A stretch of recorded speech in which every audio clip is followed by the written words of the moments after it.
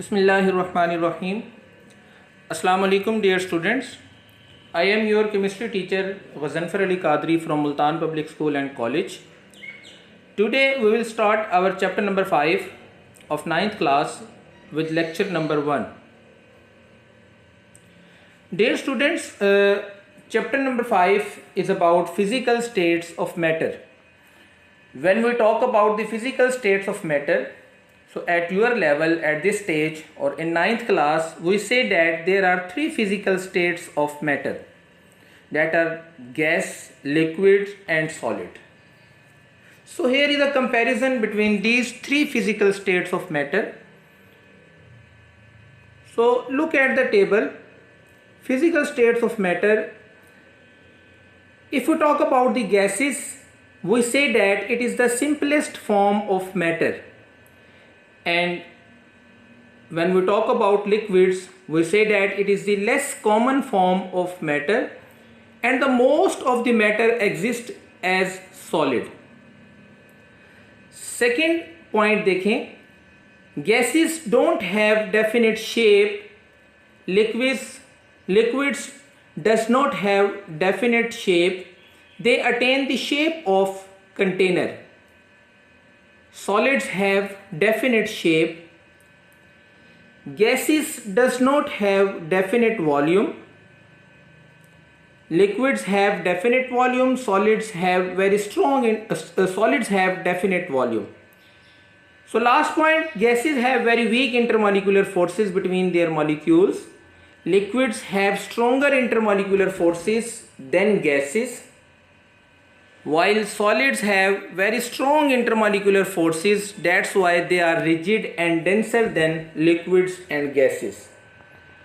Dear students, इस table से हमें क्या पता चल रहा है कि जो मैटर की सबसे सिंपलेस्ट फॉर्म है डेट इज गैशियस फॉर्म और गैशियस स्टेट, और जो हमारे सराउंडिंग में हमें जो नज़र आ रहा होता है most of the matter solid form में एग्जिस्ट कर रहा होता है, जो हमें नज़र आ रहा होता है वो मोस्ट ऑफ द मैटर जो है वो सॉलिड की फॉर्म में एग्जिस्ट कर रहा होता है, जबकि लिक्विड्स जो है वो बहुत कॉमन जो है वो एग्जिस्ट करते हैं. इसकी रीज़न क्या है? फॉर एग्जांपल अगर मैं एग्जांपल लूँ वाटर की, जो कि एक लिक्विड है, इसकी जो एग्जिस्टेंस है वो एक शॉर्ट टेम्परेचर रेंज में जो है वो एग्जिस्ट करती है.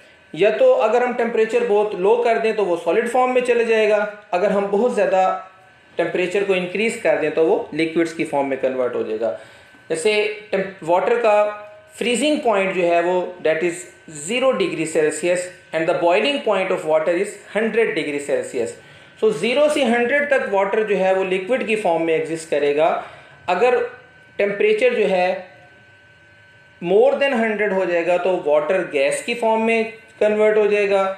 अगर वो लेस देन 0 हो जाता है टेम्परेचर तो वाटर जो है वो सॉलिड फॉर्म में आ जाएगा. So it is the less common form of matter. So if we talk about the shapes of these 3 physical states, gases does not have definite shape. Gases की कोई definite shape नहीं होती. जिस shape के container में, जिस shape के बर्तन में आप इस गैस को जो है वो डाल दें, वही की वही शेप जो है ये अडॉप्ट कर लेते हैं.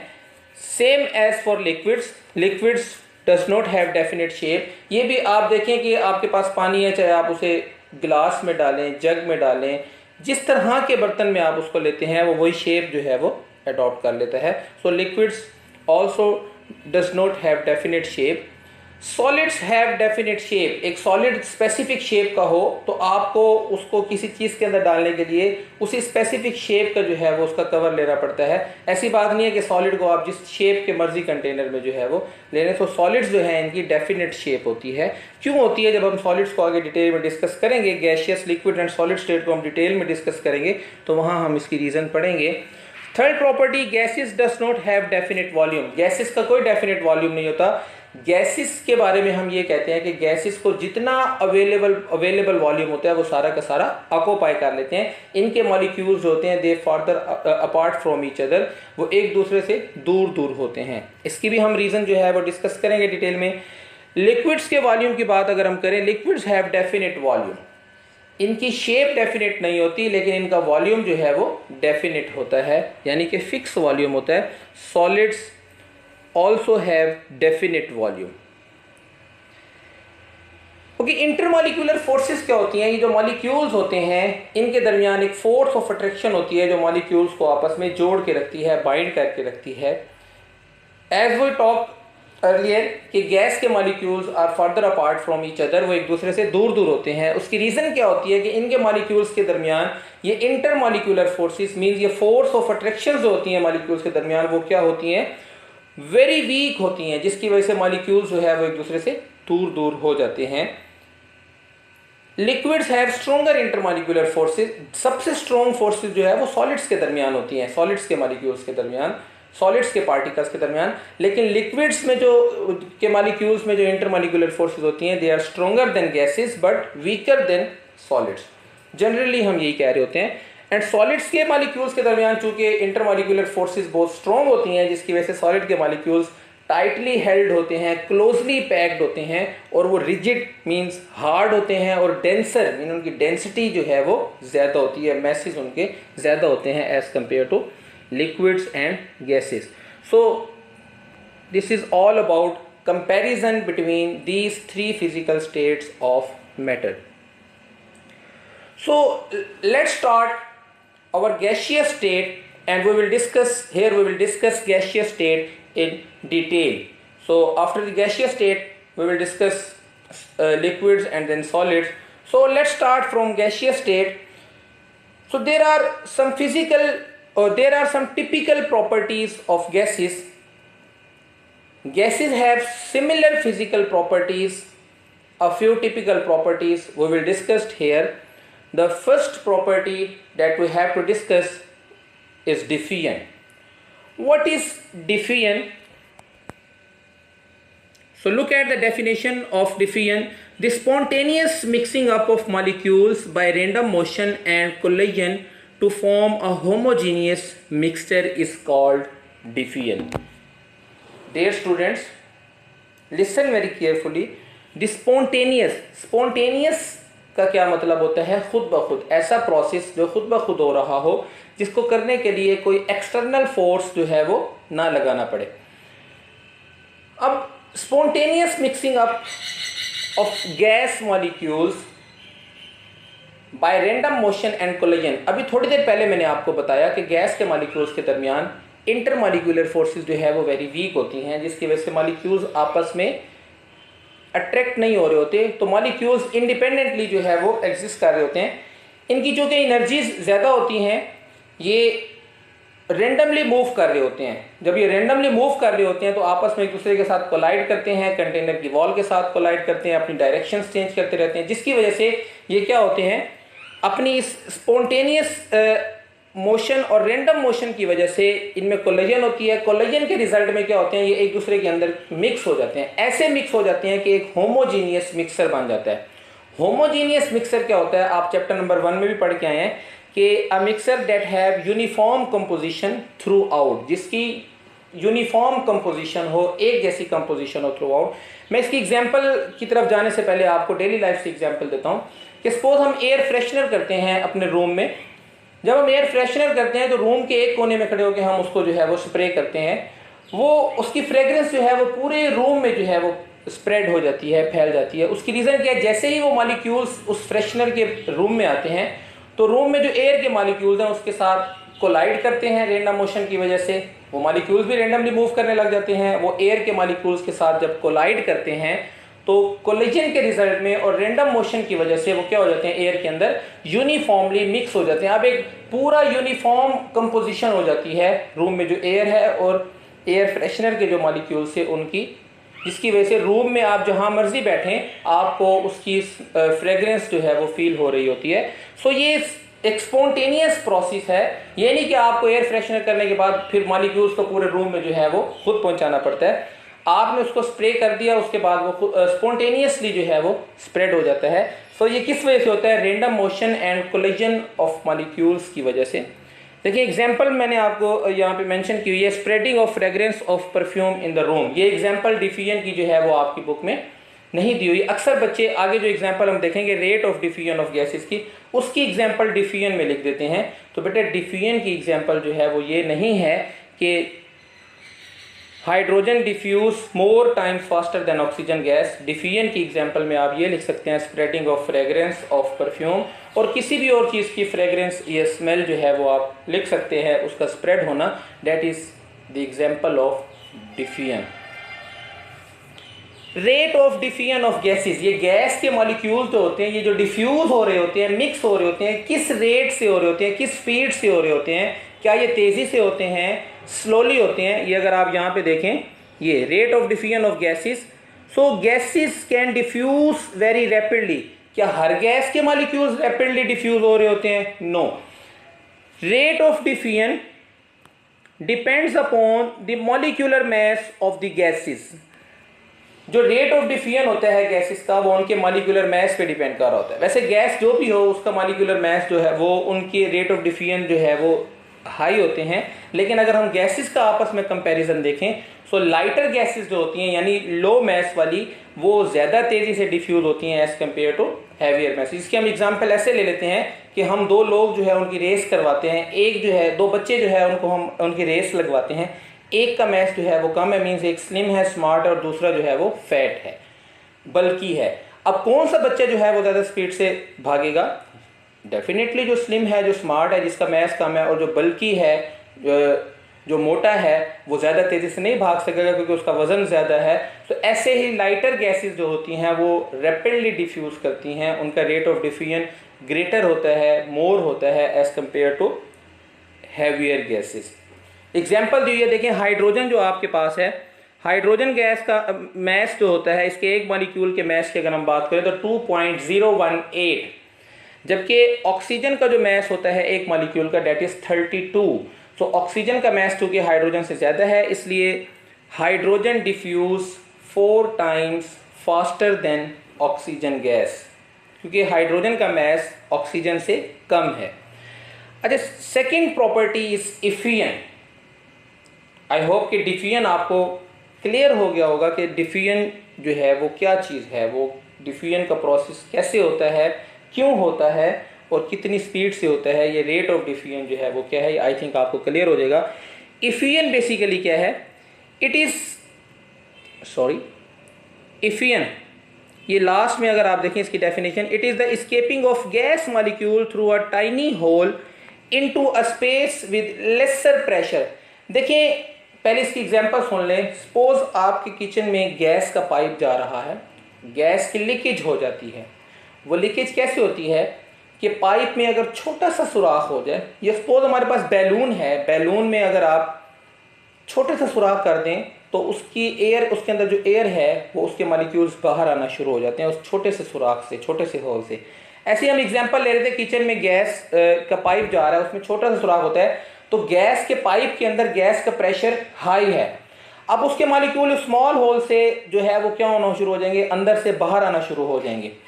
वो जो गैस के मॉलिक्यूल्स का एक टाइनी होल से बाहर आना है, द स्केपिंग आउट, स्केप मीन निकलना, आउट, स्केपिंग आउट बाहर निकलना, ऑफ गैस मॉलिक्यूल्स, गैस के मॉलिक्यूल्स का बाहर निकलना थ्रू अ टाइनी होल, एक छोटे से सुराख के जरिए, into a space with lesser pressure, एक ऐसी स्पेस में जहां पे उस गैस का प्रेशर कम है। देखें उस गैस का प्रेशर तो पाइप के अंदर ज्यादा है, बाहर तो ज्यादा नहीं है प्रेशर, तो वो अपने हाई प्रेशर से लो प्रेशर की तरफ जब मूव करते हैं थ्रू अ टाइनी होल, इसको क्या बोलते हैं हम, escaping out of gas molecules through a tiny hole into a space with lesser pressure. This process is called diffusion.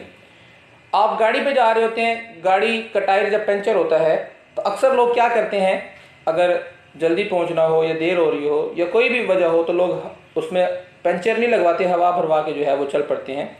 उसमें क्या होता है कि टायर में एक छोटा सा सुराख होता है जिससे हवा जो है वो आहिस्ता आहिस्ता बाहर आ जाती है। ट्यूब, अगर आपने कभी देखा हो जो मोटर बाइक्स होती हैं या टायर जब पंचर होता है तो उसमें एक छोटा सा सुराख होता है जिसमें से एयर जो है वो बाहर ट्रांसफ़र होना शुरू होती है। अंदर प्रेशर ज़्यादा होता है जिसकी वजह से वो अपने ज़्यादा प्रेशर से कम प्रेशर वाले रीजन में जो है वो मूव करना शुरू हो जाती है।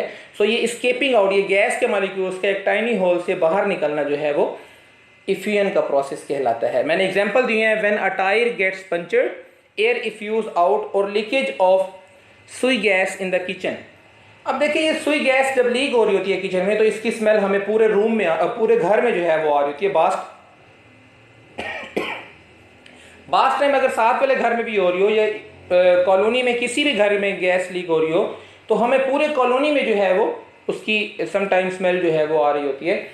देखिए गैस का पाइप से लीक होके निकलना, स्केपिंग आउट जो है दैट इज इफ्यूजन, और फिर उसका पूरी कॉलोनी में या पूरे घर में स्प्रेड हो जाना दैट इज डिफ्यूजन। सो ये एग्जांपल इससे कि एग्जांपल से आप इफ्यूजन एंड डिफ्यूजन दोनों को जो है वो अंडरस्टैंड कर सकते हैं। Escaping out of gas molecule is effusion and spreading of that gas molecules in the air is diffusion. इसके भी अगर हम रेट की बात करें तो effusion also depends upon molecular masses. Lighter gases effuse more faster than heavier gases. Reason मैं आपको पहले बता चुका हूं। Okay, the third property is pressure. Pressure को आपने फिजिक्स में भी पढ़ा हुआ है, आप छोटी क्लासेस में भी पढ़ गए हैं। से pressure is defined as the force exerted per unit surface area. अभी हमने बात की गैस के मॉलिक्यूल्स रेंडमली मूव कर रहे होते हैं, वो कोलाइड करते हैं कंटेनर की वॉल के साथ।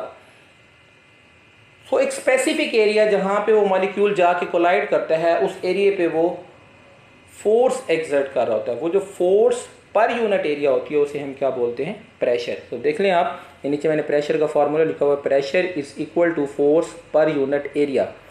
अच्छा, अगर हम इनके यूनिट्स की बात करें, आपको पता है फोर्स का यूनिट जो है वो न्यूटन होता है और एरिया का मीटर स्क्वायर। सो इसका क्या हो जाएगा? Newton per metre square. So the SI unit of pressure is newton per metre square. It is also called pascal. Pascal को हम PA से भी रिप्रेजेंट करते हैं। 1 पास्कल, क्योंकि हम कह रहे हैं न्यूटन पर मीटर स्क्वायर को पास्कल भी बोलते हैं। So 1 pascal is equal to 1 newton per metre square. अब ये प्रेशर जो है हम इसको मेजर भी कर सकते हैं। कैसे मेजर करते हैं? So for the measurement of pressure barometer and manometer are used. अब ये 2 मीटर जो है, किस मीटर को हम कहाँ पे अप्लाई करते हैं? देखिए नीचे मैंने लिखा हुआ है कि barometer it is used to measure atmospheric pressure, यानी अपने एटमॉस्फेयर का प्रेशर मेजर करने के लिए हम बैरोमीटर यूज़ करते हैं। And to measure the pressure in laboratory वो यूज़ मैनोमीटर। ये आप आगे जब हायर क्लासेस में जाएंगे फर्स्ट ईयर में हम मैनोमेट्रिक मेथड पढ़ेंगे, जिससे हम मैनोमीटर यूज़ करके अपना प्रेशर जो है वो किसी भी लिक्विड का या किसी भी सब्सटेंस का जो है वो लेबॉर्ट्री में कैसे मेजर करते हैं। अच्छा, ये तो हो गया pressure, general pressure, force per unit area, और उसके यूनिट्स हो गए। अब हमारा जो एटमॉस्फेरिक प्रेशर है, डेफिनेटली हमारे एटमॉस्फेयर में भी कुछ गैसेज हैं और उनका कुछ ना कुछ प्रेशर है। सो ये स्टैंडर्ड एटमॉस्फेरिक प्रेशर जो है हमारे एटमॉस्फेयर का, ये क्या होता है? देखिए, इससे पहले आप एक बात सुन लें। एक साइंटिस्ट था टॉर, उसने एक कॉलम लिया, उसमें मरकरी जो है वो फिल कर दी। अब डेफिनेटली अगर आप एक गिलास में पानी लें, गिलास को जब आप उल्टा करेंगे तो पानी गिर जाएगा। उस कॉलम को भी फिल करने के बाद उसने उल्टा कर दिया, मरकरी उसने कॉलम में फिल की। अब वो मरकरी जो है वो कॉलम से बाहर आना शुरू हो गई। जब 760 मिलीमीटर मरकरी उसके अंदर रह गई कॉलम में, चूंकि वो मेजर थे, तो जब 760 मिलीमीटर मरकरी उस कॉलम के अंदर रह गई तो कॉलम उल्टा था, लेकिन जो है वो मरकरी बाहर नहीं आ रही थी। क्यों? क्योंकि जो हमारे एटमॉस्फेयर का प्रेशर है, एटमॉस्फेयर में जो एयर का प्रेशर है, उसने नीचे इतना प्रेशर एक्सर्ट किया कि उसने मरकरी को नीचे नहीं आने दिया। मीन्स कि हम इसको कैसे भी डिफाइन करते हैं? बेसिकली हम कहते हैं कि एटमॉस्फेरिक प्रेशर हमारा वो है, it is a pressure exerted by the atmosphere at sea level. Sea level पे जो एटमॉस्फेयर का प्रेशर होता है वो एटमॉस्फेरिक प्रेशर कहलाता है। इसको डिफाइन कैसे करते हैं बेटा? जैसे मैंने भी आपको एग्जांपल दी, कॉलम वाली देखें। It is defined as the pressure exerted by a mercury column of 760 millimetre height at sea level. Means कि हमारा एक एटमॉस्फेयर प्रेशर कितना है? जितना कि 760 मिलीमीटर ऑफ मरकरी का होता है। कि मरकरी अगर 760 मिलीमीटर ऑफ मरकरी कॉलम है तो उसको हमारे एटमॉस्फेरिक प्रेशर के ने उसको रोक लिया था। मीन उसका प्रेशर जितना है हमारे एटमॉस्फेयर का प्रेशर भी उतना है, उससे ज्यादा को उसने नहीं रोक सका। इससे ज्यादा जब था तो मरकरी जो है वो स्लोली बाहर आ रहा था। तो पता ये चला कि हमारा जो एटमॉस्फेरिक प्रेशर है वो 760 मिलीमीटर ऑफ मरकरी कॉलम को जो है वो सपोर्ट करता है। जितना एक 760 मिलीमीटर ऑफ मरकरी का प्रेशर है उतना हमारा एटमॉस्फेरिक प्रेशर है एट सी लेवल।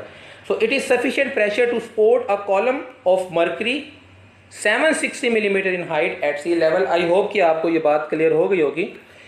देखिए 1 ATM यानी कि ATM मीन्स एटमॉस्फेरिक से वो ATM ले रहा है, उसकी short form is equal to 760 millimetre of mercury. चूंकि ये टॉर ने, जैसे कि मैंने आपको बताया, इसका आइडिया दिया था, so 760 millimetre of mercury is equal to 760 torr, ये साइंटिस्ट के नेम पे है। So 1 millimetre of mercury is equal to 1 torr. MCQs point of view से आप इसको जो है वो देखेंगे। जी देखिए 1, जैसे मैंने आपको बताया कि इसका प्रेशर का जो है वो है तो ये भी प्रेशर, बेशक एटमॉस्फेरिक प्रेशर है तो ये भी प्रेशर ना, तो 1 ATM is equal to 101325 newton per metre square. अगर हम इसको SI यूनिट में कन्वर्ट करें एटमॉस्फेरिक प्रेशर को, तो ये 101325 न्यूटन पर मीटर स्क्वायर के इक्वल होता है। चूंकि 1 newton per metre square 1 pascal के इक्वल होता है, तो 101325 newton per metre square is equal to 101325 pascal. So this is all about pressure. और नेक्स्ट प्रॉपर्टी इज कंप्रेसिबिलिटी। देखिए कंप्रेसिबिलिटी वर्ड जो है वो कंप्रेस से निकला है, what compression. So gases are highly compressible due to empty spaces between their molecules. As I told you, the molecules of gases are further apart from each other. There exist intermolecular spaces between the molecules of gases. Gas के molecules के दरमियान empty spaces होती हैं। जब आप gases को compress करते हैं तो गैस के molecules come close to each other, वो एक दूसरे करीब करीब आते हैं, यानी कि वो जो empty spaces होते हैं उनको overcome करते हैं। देखिए इसकी एग्जांपल, जब हमारे पास बैलून होता है, बैलून में हमने एयर फिल की होती है, जब हम बैलून को कंप्रेस करते हैं तो वो कंप्रेस हो जाता है। वो कंप्रेस क्यों होता है? क्योंकि जो गैस के मॉलिक्यूल्स होते हैं उनके दरमियान एम्प्टी स्पेसेस होती हैं, तो मॉलिक्यूल्स एक दूसरे के करीब करीब होते हैं, जिसकी वजह से बैलून जो है वो कंप्रेस हो जाता है। Gases are highly compressible due to empty spaces between their molecules. When the gases are compressed, ये देखिए नीचे मैंने लिखा हुआ है, the molecules come closer to one another and occupy less volume as compared to the volume in uncompressed state. So वो less volume occupy करते हैं जब आप उसको compress करते हैं as compared to कि जब वो uncompressed state में होते हैं, जब उनको compress, जैसे बैलून है, मैंने आपको एग्जांपल दी, जब आप उसको compress करते हैं तो उसके molecules जो है वो करीब करीब आ जाते हैं, मीन्स less volume occupy करते हैं। Next property is mobility. Mobility mean कि मोशन गैस के मॉलिक्यूल्स की, गैस मॉलिक्यूल्स अभी पीछे हम बात करके आ रहे हैं कि वो रेंडमली मूव कर रहे थे क्योंकि उनके मॉलिक्यूल्स के दरमियान इंटरमॉलिक्यूलर फोर्सेस नहीं होती। Gas molecules are in state of continuous motion, they can move from one place to another because gas molecules possess very high kinetic energy. The mobility और random motion results in mixing up of gas molecules to produce a homogeneous mixture. वही पहले वाली बात कि वो randomly move किस वजह से कर रहे होते हैं, एक तो उनके इंटरमॉलिक्यूलर फोर्सेस नहीं होती और दूसरा उनकी एनर्जी हाई होती है। जो हमने 3 फिजिकल स्टेट्स ऑफ मैटर पढ़ी हैं, इन तीनों में से जो हाईएस्ट एनर्जी स्टेट है डेट इज मैटर। देखिए गैस, जब आपके पास सब्सटेंस सॉलिड फॉर्म में होता है, आप उसको हीट करते हैं, मॉलिक्यूल्स हीट एनर्जी गेन करके वो लिक्विड में कन्वर्ट हो जाते हैं, मीन्स लिक्विड के मॉलिक्यूल्स की एनर्जी सॉलिड के मॉलिक्यूल से ज़्यादा होती है।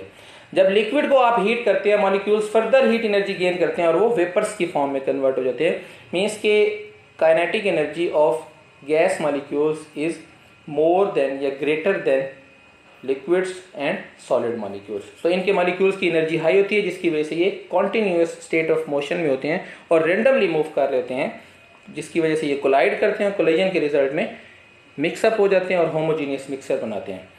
और next and last property is density. Density is defined as mass per unit volume. इधर देखिए, अगर आपकी बुक में नहीं है लेकिन मैंने यहाँ पे एक फार्मूला लिखा हुआ है, density is equal to mass per unit volume. Density को डी से, मैस को एम से और वॉल्यूम को वी से रिप्रेजेंट किया गया है। देखिए अगर यहाँ पे आप देखें तो density is directly proportional to mass and inversely proportional to volume. कि मीन्स अगर वॉल्यूम ज़्यादा होगा तो डेंसिटी कम होगी, वॉल्यूम कम होगा तो डेंसिटी ज़्यादा होगी, मैस ज़्यादा तो डेंसिटी कम, मैस ज़्यादा तो डेंसिटी ज़्यादा, मैस कम तो डेंसिटी कम। देखिए डायरेक्ट और इन्वर्स रिलेशन है। अब इसमें density is equal to mass per unit volume, हम यूँ कहते हैं कि मैस पर यूनिट वॉल्यूम जो है, इसका क्या मतलब है, कोई भी गैस, लिक्विड या सॉलिड, उसका हम सपोज एक गैस ले लेते हैं, उसको उसका वॉल्यूम हम कह लेते हैं कि सपोज हमारे पास 1 डेसीमीटर क्यूब है। अब उस 1 डेसीमीटर क्यूब में जितनी गैस आई हुई है उसका जितना मैस होगा, अब एक रूम की एग्जांपल ले लें, रूम में मैं एक रूम 3 इक्वल सिलेंडर ले लेता हूं। अब तीनों सिलेंडर्स को मैं जो है वो फिल कर लेता हूं, एक को गैस से, एक को लिक्विड से, एक को सॉलिड से। सपोज अब जो गैस वाला सिलेंडर है उसका मैस कम होगा, तीनों के अंदर जो स्पेस है वो इक्वल है। गैस वाला जो सिलेंडर है उसका वॉल्यूम कम हो, उसका मैस कम होगा, लिक्विड वाले का ज्यादा होगा, सॉलिड वाले का उससे ज्यादा। अब एक स्पेसिफिक वॉल्यूम में स्पेसिफिक सब्सटेंस का जितना मैस होता है वो उसकी डेंसिटी कहलाती है, mass per unit volume. So gases have low density, जैसे मैंने आपको बताया ये वॉल्यूम के इनवर्सली प्रोपोर्शनल है, क्योंकि गैस मैक्सिमम वॉल्यूम जो है वो ऑक्यूपाई करते हैं। Gases have low density than liquid and solids, it is due to light mass and more volume occupied by the gas molecules. Gas density is अच्छा, यहाँ पे एमसीक्यूज पॉइंट ऑफ व्यू से अगर आप देखेंगे बच्चे अक्सर जो है वो कंफ्यूज हो जाते हैं। Gas density is expressed in grams per decimetre cube, whereas densities of liquids and solids are expressed in gram per centimeter cube। सो ये बात को हम माइंड में रखेंगे, गैसेस की डेंसिटी के लिए यूनिट हम कौन सा यूज़ करते हैं, ग्राम पर डेसीमीटर क्यूब, एंड सॉलिड्स और लिक्विड्स के लिए ग्राम पर सेंटीमीटर क्यूब। तो ये हमारे पास फिर बता रहा हूँ, कोई भी हमारे पास सब्सटेंस है उसको हमने 1 सेंटीमीटर क्यूब वॉल्यूम लिया हुआ है, उस 1 सेंटीमीटर क्यूब वॉल्यूम का जितना मैस होगा वो उसकी डेंसिटी कहलाएगी, मैस पर यूनिट वॉल्यूम। ठीक है, जैसे मैंने आपको बताया कि गैस की डेंसिटी जो है वो लिक्विड्स एंड सॉलिड से कम होती है, तो ये एमसीक्यूज आ जाता है, liquids and solids are 1000 times denser than gases. So last topic है, लास्ट हेडिंग है effect of temperature on density of gases, कि टेम्परेचर का क्या इफेक्ट होता है गैसेस की डेंसिटी पे। एक बात याद रखिएगा, आप रिलेशन अगर आपको अंडरस्टैंड है, आप अंडरस्टैंड कर चुके हैं, तो ये इफेक्ट जो है वो आपके लिए कोई मुश्किल बात नहीं है। देखें कि हमें पता है गैस के मॉलिक्यूल्स का जब टेम्परेचर हम इंक्रीज करेंगे, मॉलिक्यूल्स एनर्जी गेन करेंगे और वो एक दूसरे से दूर दूर होंगे, मतलब वॉल्यूम बढ़ेगा। अगर वॉल्यूम बढ़ रहा है तो डेंसिटी कम होगी, टेम्परेचर के बढ़ने से वॉल्यूम बढ़ रहा है, डेंसिटी कम, मतलब कि टेम्परेचर बढ़ाएंगे तो डेंसिटी क्या हो जाएगी, कम हो जाएगी। और जब हम टेम्परेचर कम करेंगे मॉलिक्यूल्स की एनर्जी कम होगी और वो एक दूसरे के करीब करीब आएंगे। करीब करीब आने का मतलब कि मॉलिक्यूल्स, गैस के मॉलिक्यूल्स का जो वॉल्यूम है वो क्या हो रहा है, कम हो रहा है। जब वॉल्यूम कम हो रहा होगा तो डेंसिटी क्या होगी, बढ़ रही होगी, क्योंकि इनवर्स रिलेशन है। देखिए, the density of gases increases by cooling. Cooling mean temperature decrease कर रहे हैं, अब डेंसिटी इंक्रीज हो रही है। क्यों? क्योंकि वॉल्यूम डिक्रीज हो रहा है, because there volume decreases. For example eight normal atmospheric pressure, normal atmospheric pressure पे हम बात कर रहे हैं, मीन्स प्रेशर हमारा कांस्टेंट है, हमने टेम्परेचर चेंज करना है। The density of oxygen gas is 1.4 ग्राम पर डेसीमीटर क्यूब। वो कह रहा है कि एट 20 डिग्री सेल्सियस, अगर टेम्परेचर 20 डिग्री सेल्सियस है तो ऑक्सीजन गैस की डेंसिटी 1.4 है। और अगर यही टेम्परेचर आप क्या करते हैं, 20 से 0 यानी टेम्परेचर डिक्रीज कर देते हैं, गैस को कूल करते हैं, तो डेंसिटी इंक्रीज हो जाएगी, 1.4 से 1.5 हो जाएगी। सो यहाँ पे अगर हम टेम्परेचर का रिलेशन देखें डेंसिटी के साथ, सो ये भी आपके पास क्या है, इन्वर्स रिलेशन है कि टेम्परेचर इंक्रीज करेंगे तो डेंसिटी डिक्रीज होगी, और डेंसिटी अगर टेम्परेचर आप डिक्रीज करेंगे तो डेंसिटी इंक्रीज होगी। डियर स्टूडेंट्स, आई होप कि आपको लेक्चर जो है वो समझ आया होगा। अगर फिर भी आपको कोई कन्फ्यूजन हो तो आप जो है अपने कंसर्न टीचर से जो है वो कांटेक्ट कर सकते हैं। एक बात ध्यान में रखिएगा, पहले आप लेक्चर को अच्छी तरह से सुनेंगे, अंडरस्टैंड करेंगे, उसके बाद आप बुक से इस टॉपिक्स को अच्छी तरह से पढ़ेंगे। ठीक है, फिर अगर आपको कोई कन्फ्यूजन हो तो फिर आप जैसे कि डिस्कशन में अपने टीचर से किसी भी टॉपिक को जो है वो डिस्कस करके, कोई भी क्वेश्चन अगर आपके माइंड में हो तो आप पूछ सकते हैं। अपने कॉन्सेप्ट्स जो है वो आपने क्लियर रखने हैं। Thank you so much. अल्लाह हाफिज़।